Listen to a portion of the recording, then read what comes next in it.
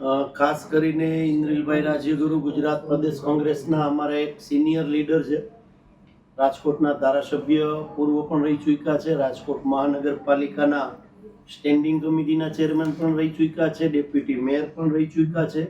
રાજકોટ શહેર કોંગ્રેસ પ્રમુખ પણ રહી ચૂક્યા છે. અને અમારા સન્માનીય વડીલ છે રાજકોટ કોંગ્રેસ પરિવારના. અને આપે જે વાત કરો છો કોઈ ફટકાવાળી વાત નથી.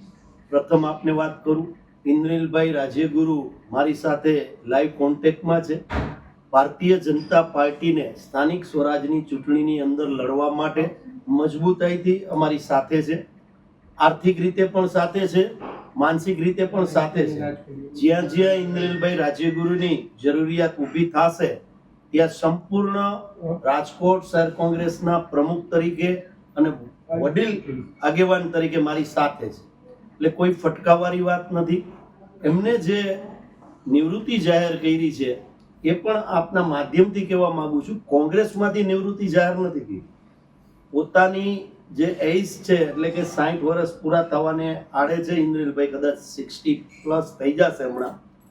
અને બીજું આપના માધ્યમથી કહું કે છેલ્લા 3 મહિનાથી જાહેર એક પણ ફંક્શનની અંદર, રાજકીય તો પછીની વાત છે, પણ જાહેર કાર્યક્રમોની અંદર એટલે કે મેરેજ હોય તો એમાં પણ કોંગ્રેસના અમારા આગેવાનો, કાર્યકરો, પરિવાર બધી જગ્યાએ તમે ક્યાંય ઇન્દ્રિલભાઈને જાહેર ફંક્શનમાં પણ નહીં જોયા. અને રાજકીય રીતે જે અમારી પોલિટિકલી અફેર્સ કમિટીની મીટિંગ મળતી હોય છે એમાં પણ એના સૂચનો ટેલિફોનિક મને આવતા હોય છે અને એ સૂચનોને અમે ગ્રાહ્ય રાખી અને આગળનું સંગઠનનું કામ પણ કરતા હોય છે. પણ જાહેરમાં આવવાની એમની પ્રતિક્રિયા એટલા માટે કે હવે 35 વર્ષ કોંગ્રેસ પાર્ટીને એમને આપ્યા, 35 વર્ષ રાજકોટ શહેરને એમને આપ્યા. હવે એજના કારણે અને જે 60 વર્ષ થઈ ગયા છે એમને, એટલે થોડા સમય માટે એ જાહેર જીવનમાં કદાચ ક્યાંય પ્લેટફોર્મ ઉપર, મીડિયા સમક્ષ અથવા રાજકીય સ્ટેજ ઉપર તમને નહીં જોવા મળે. એ ચોક્કસ એમને જાહેરાત કરી છે, વાતનો સ્વીકાર કરું છું.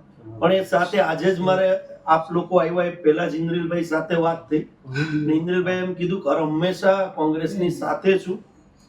72 જે કોર્પોરેટરોની ચૂંટણી આવી રહી છે એમાં 72 ઉમેદવારોને જ્યાં ક્યાંય આર્થિક મદદ કરવાની થતી હશે ત્યાં પણ કોંગ્રેસ માટે હું કરીશ. જ્યાં સમીકરણો બનાવવાના હશે ભારતીય જનતા પાર્ટીની ભ્રષ્ટાચારી શાસન સામે, ત્યાં પણ હું તમારી સાથે ખભે તો ખભો મિલાવી અને ઊભો છું. માત્ર જે સમય મર્યાદાની વાત છે એમાં તમે બધા યુવાનો જે રીતે કામ કરો છો એમાં મારો ટેકો છે અને હર હંમેશા મારો ટેકો રહેશે.